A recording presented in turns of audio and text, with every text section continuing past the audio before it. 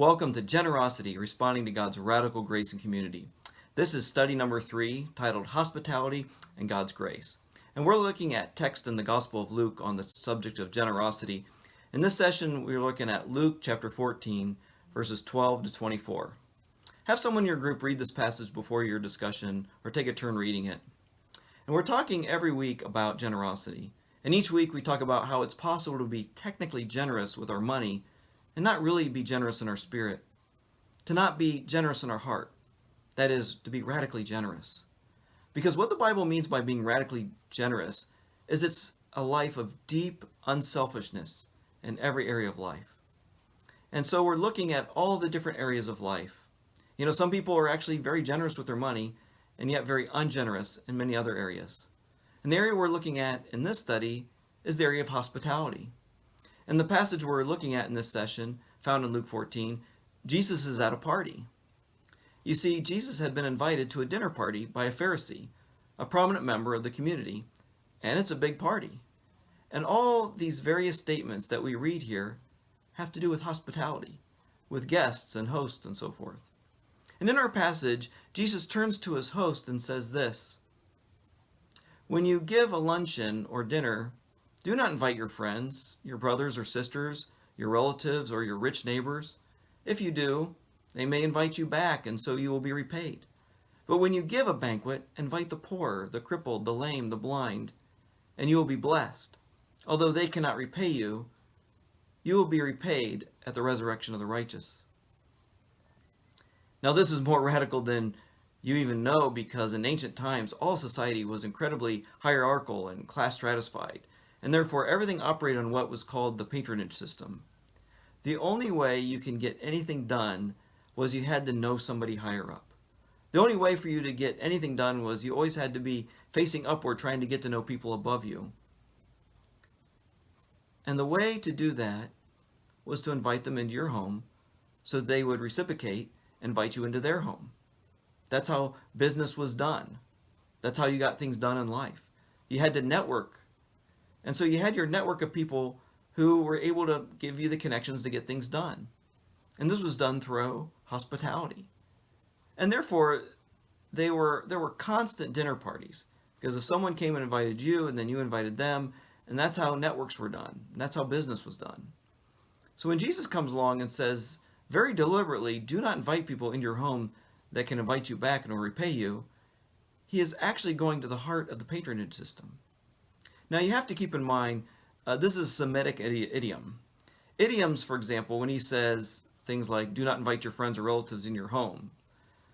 That's a little bit like when Jesus said elsewhere in the Bible, you must hate your father and mother. Well, that's a Semitic idiom. It doesn't mean that you literally are supposed to hate your father and mother. And that would contradict so many other places of the Bible. What he says is, you should be so dedicated to me that it makes love for your parents, your father and mother, look like hate by comparison. It was a Semitic metaphor. It's a Semitic idiom. So we have to recognize what Jesus is doing here. And he's doing the same thing in this passage, but he's not really saying, you must never have any of your relatives over for dinner again. Wouldn't that be interesting? You could call up your relatives or maybe send them an email saying, I've actually become a Christian and I got converted, and according to Luke 14, I can't have you over to my house anymore. Hope you don't mind. Gospel hospitality, Christian hospitality, is a completely different thing, and it's a radical thing. All through the New Testament, this is a theme that Jesus is talking about, though he doesn't use the term hospitality, but that word hospitality does come up throughout the New Testament.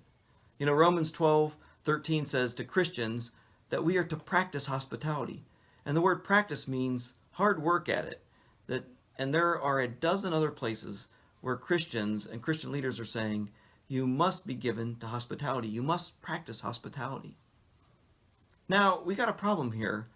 One of the reasons we don't realize how vital this is and how radical this is because the English word hospitality means so little to us. When you hear the word hospitality, what do you think of? Martha Stewart. We think entertaining and decor and nice little centerpieces and making our home fancy. But that's not what we're talking about here.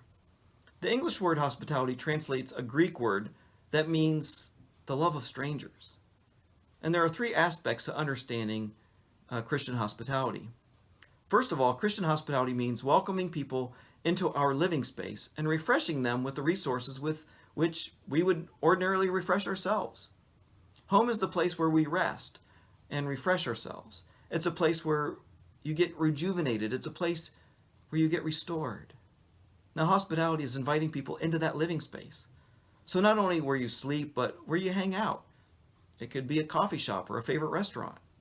But hospitality is also inviting people into the very center of someone's life, to welcome them into your living space, to refresh them with the things that refresh you. So who are these other people? Well, second, who are we to do this with? And again, like I said, the Greek word means to be a lover of strangers. That Jesus says we should practice this with people we don't really know very well. And hospitality then is treating strangers as family. It's bringing them into your home and taking them out to your favorite place and treating them like family. So now, who are these strangers? Well, in the Bible, there's three kinds of strangers that Christians are told we must bring into our living space. So let me give them to you. The first kind of stranger are other Christians. Romans 12:13 actually says, when it says practice hospitality, it says practice hospitality with other Christians.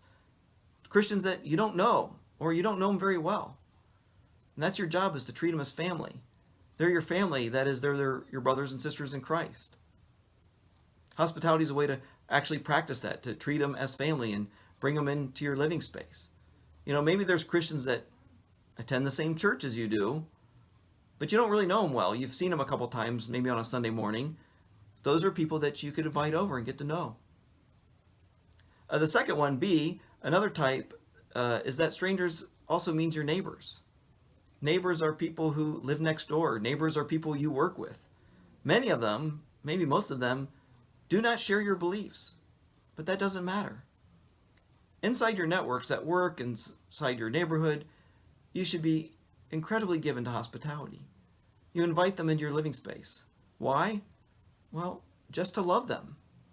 We're supposed to be lovers of strangers. We're to love them. And we notice that Jesus was constantly doing this. Why is Jesus always eating with people? You see that through the Gospels. Jesus is always having meals with people. And I'll tell you why. Most people are loved towards belief. People are not argued toward belief. They're loved towards belief. Jesus spent time with people. The way to love someone actually is not just to come up and say, I love you. The way to love somebody is to invite them into your home, into your heart, into your life. You get to know them and they get to know you. They know that that means something. You're spending your time, you're sharing your life with them. But lastly, the third one, C, we're not only supposed to be doing hospitality with other Christians and our neighbors and people we work with, but we're also supposed to do hospitality to the poor. Because even though I said this is an idiom, Jesus says that we should invite people who can't repay us. Hurting people. People that don't open any doors for us. People that can't help us. We have to take that seriously. There's got to be some way in which we are not just sharing money, not just giving to charity, but we're sharing our space with people who can't repay us in some way. It is to welcome strangers into our living space, treat them as family, and then have God make some of them into friends. See, we welcome people into our living space, we treat strangers like family, so that God can supernaturally make them some of our best friends. See, God is the real host in many of these situations, not us. Sometimes He turns some of these strangers into friends. Some strangers that you treat as family become friends. We welcome strangers into our living space. We treat them like family because God is especially present. And supernatural things happen in hospitality when God is present. Let me just give you a couple practical ways of applying this. So we need to do hospitality with our neighbors, work neighbors, geographic neighbors. We need to invite them into our home or take them out. We invite them into our living space. We share places we hang out. And if God is particularly present, and if you sense God being present as a host and doing something really kind of special in the relationship, then invite him to church. I wouldn't start there. I wouldn't, hey neighbor, you want to come to church with me? they'll probably feel awkward and well, they'll probably say no. But if you first develop that relationship, you love them, you welcome them, and you sense God is doing something, then you take that next step. Said, come, I want to invite you to a place a place I hang out. Secondly, start inviting people in the church into your living space. If you want any guidance at all, those of us that have maybe a bit more space ought to invite people with a little less space. If you have a home that's maybe bigger than some other people in the church, invite them into your place. And those who have been in the church longer, maybe for those of you who've lived in this area longer, invite someone that's newer to the church, or maybe someone who's moved here more recently. And so that's how we do it. This is so foundational what Jesus did.